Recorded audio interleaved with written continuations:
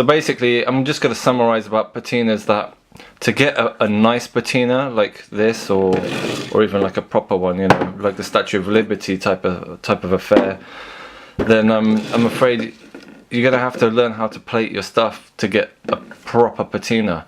Otherwise, you're just going to get elements of it, like in the 3D filament, because it's not pure metal, it's got other stuff in there, and that essentially, I think it creates this kind of hydrophobic kind of effect that it will not let you evenly coat your test subject in a way where, you know, the whole lot gets coated without these bubbles forming, because plastic repels water. It just, you know, it doesn't sit there, and you can wrap it around in paper and all that stuff, but it doesn't detract from the fact that you can't apply it evenly to begin with. I mean, if you've got to start wrapping things in paper, then that's basically because it's bubbling up, because otherwise you just spray it and it will just naturally sit on the surface.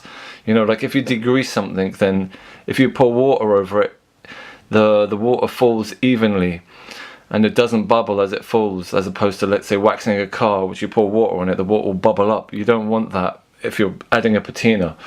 So you want it to go on smooth. You don't want any bubbling at all. If it bubbles up, then it's not going to work. It's just as simple as that. Or you're going to get like a partial patina, and it's just not going to basically create what you expect it. It might create something cool. By all means, definitely mess around, because that's the beauty of patina, is that you never really know what you're going to end up with. I mean, you can stop it halfway or try to stop it or kind of wipe it off a bit, but at the end of the day, if you haven't sealed it, it's just going to keep going and going and going until it's just going to destroy it eventually. But yeah, depending on how thick your coating is, obviously. If it's like a couple of mil thick, or even half a mil, or close to some, I don't know, 20, 30, 40, 50 microns, you might be alright, but it depends what you're using.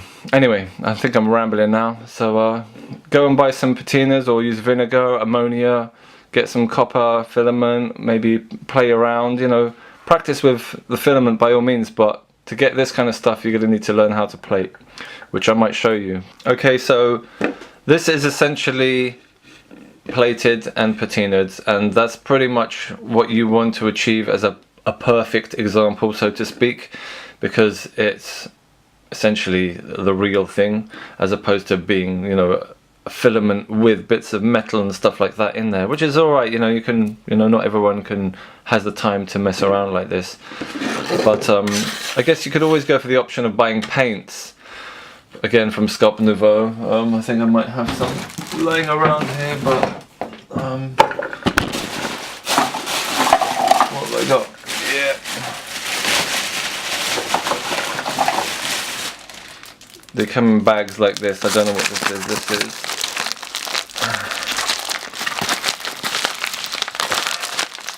I bought this 4 years ago. What is this? This is turn anything into metal.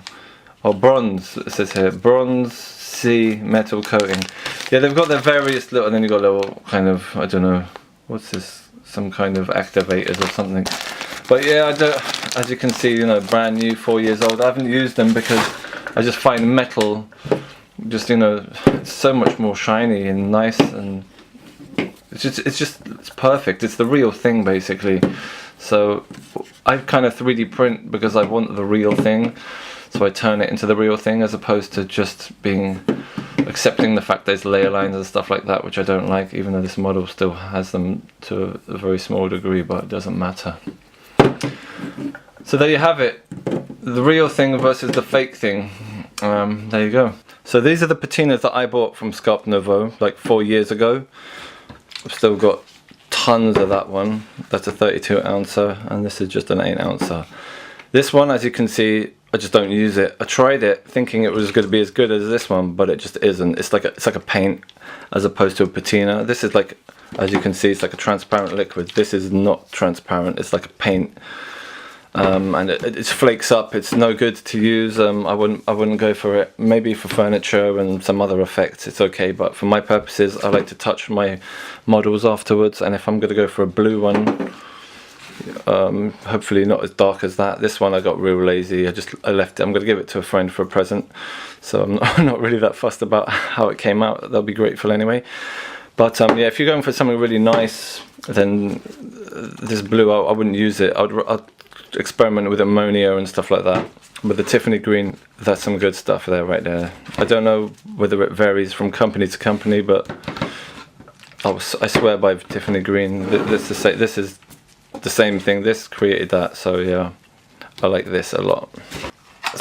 So now this is the very first thing I ever printed. This was like an awards ceremony thing by my boss Millen Wallen from 2014. I just want to give her a shout out. She was the one who I had to convince to buy an Ultimaker 2 back then, and the rest, let's just say, is history. But yeah, so just want to give a shout out to her. Thank you very much.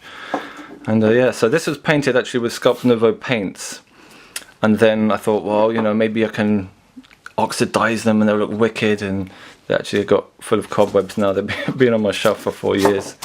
But yeah, I mean, it does look quite cool actually, these ones. I don't know if that's me wiping it off. No, I think this stuff is pretty much set now, but this was going to be an award. I was going to put a bit of like wood in there so you can see the wood through the gaps and stuff, but didn't work out. There's I think copper paint and all sorts of weird stuff on here, but again, when you're dealing with paints and topical stuff, it might look good for a week or two, but after a while it just disintegrates or fades. It doesn't go shiny. Like, you're not going to pick it up afterwards and go, wow, it's nice, shiny. It won't be shiny anymore, I can guarantee you that. And then here's another kind of painted rust effect type thing. So this one actually looks cool, but yeah, that's red. Oh, this was ABS. This is one of my early ABS jobs, but yeah, this is just again rust paint, and I think it's actually so old that it's cracking off now. So yeah, it creates actual rust from itself, obviously. So the plastic has become contaminated with the rust, but I'm sure you could clean the plastic off or sand it down, but it does flake off there. So there you have it. That's my little talk about patinas. Not sure if I've confused you more or whatever, but in my opinion, if you want a proper patina, you have to treat raw metal or plated metal or stuff like that. So these paints, they do look quite cool, but you know, maybe for like less detailed surfaces and stuff like that, I mean, they're much more delicate as well. I mean, but you'd have to spray this with like sealers and stuff like that, because this stuff degrades over time, and it's going to carry on degrading and degrading and degrading until it's just dust, and you're just going to brush the whole lot off. So you have to remember that as well. So if you're selling it, I don't know if someone can sue you, like if you sell a model for a lot of money and then and then they go, well, hey mate, like it's 8 years down the line and this thing's just fallen apart. I don't know the legalities there of that stuff, but it's quite interesting to think about. But yeah, there you have it. That's my little brief chat on patinas. If you got any questions, by all means drop me a mail. Keep up the good work, Joel, and yeah, by all means ask me anything you want about patinas. I love it, and I've been doing them for the last 4 years. Hit me up on Instagram, again, Cloakfiend. I'm Cloakfiend on Instagram. You can check all my work. You can see all these models that you've seen here in nicer quality. And that's it. Alright then. Okay, bye.